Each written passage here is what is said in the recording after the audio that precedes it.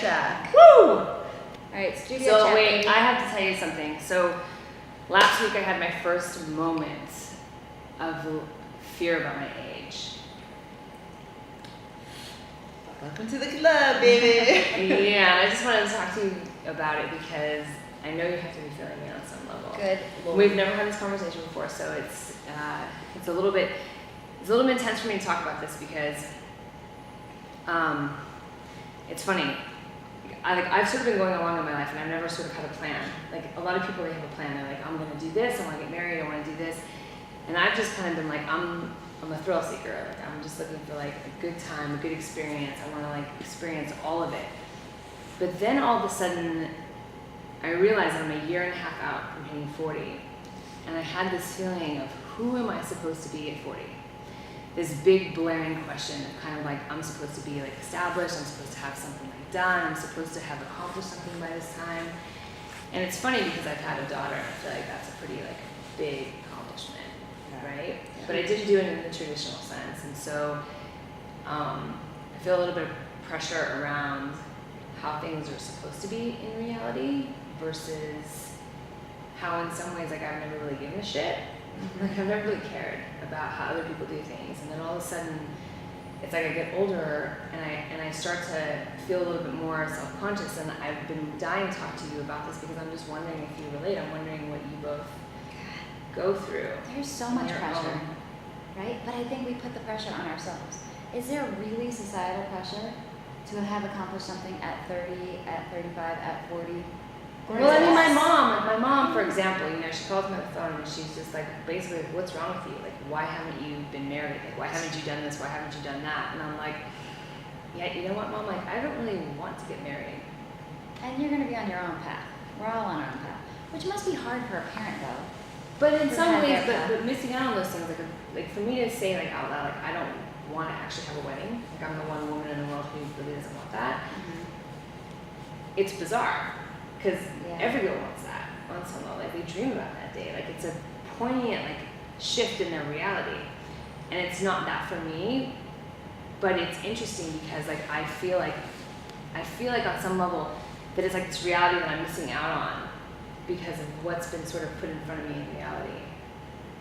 I think there's a few things that go on in how I think that we have our own path and our own needs and desires and what they are, but I also think that you're a product from where you come from. Mm-hmm. And so there are certain values and certain ideas that you grow up with. Like tradition, but also like, projections of other people's things or what they think should be right for you or you should do. And, in a lot of ways, I feel like I've had to spend my adult life sort of letting go of some of those things because I haven't always followed that path.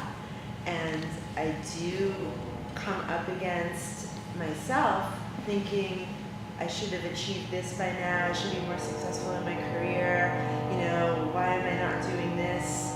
And, I battle with that a lot. Yeah.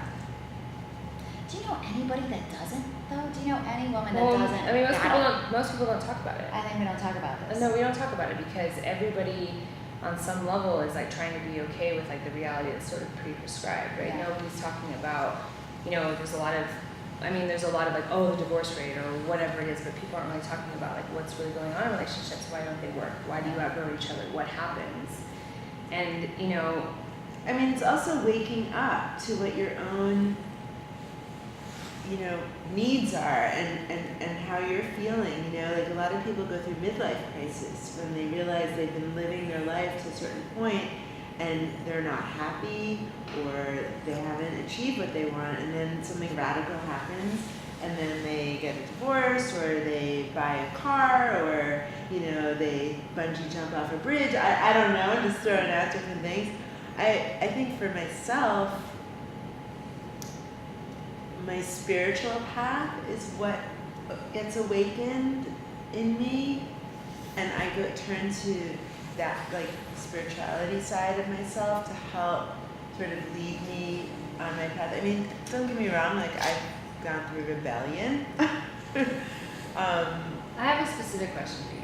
I just want to ask. So you were really successful in your 20s, like living in New York, directing. I mean, doing, define what you mean by really successful. I mean, you basically, know? like in some ways, like doing what you love and being sort of in alignment with at that time in your life what you felt was your truth, and then all of a sudden you meet this man, you get married, you have kids, and your identity shifts. And so, what was that like for you on some levels? Like, what was it like for you to sort of be in control of like your own destiny, and then also like merge worlds with someone else, and then like have children? And what did that do to you? Because I feel like that's what happens to all of us, is that we are our own people, but then we merge and we converge and we do all these things, and like you wear the hats of all of a sudden being a wife, and then like being a mother, and then finding yourself there again. were some really, really challenging, hard times, and there still are. And the course of like life's events lead you down paths. And I think for me, this is the big lesson of life, is that we have these preconceived notions of how certain things might be, but then like life doesn't actually go by that book. And It's not linear.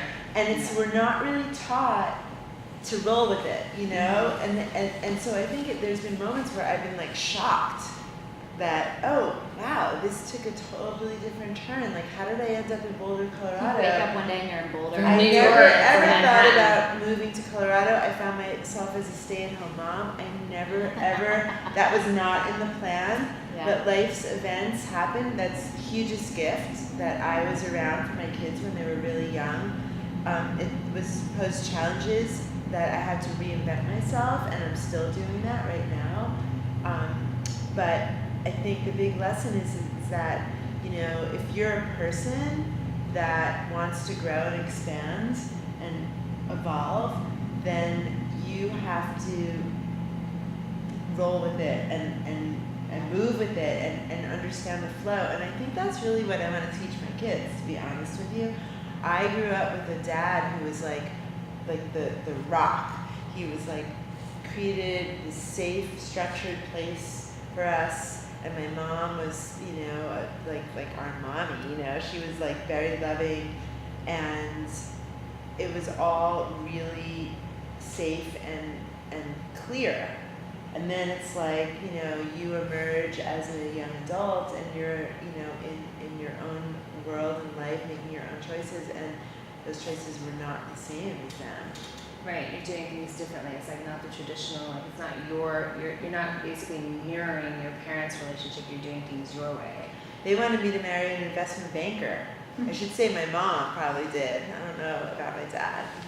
He in a lot of ways, I think maybe my path that's been a little less conventional is, you know, maybe the path that he wished he could have taken. You know, he ended up being a doctor. Like his parents were like, "Are you going to be a doctor or a lawyer?" And you know, he was a doctor, and that was his soul. Yeah. So Well, cheers, they were here's your to friendship. friends. Like seriously, thank you for being here. Studio chat. Woo!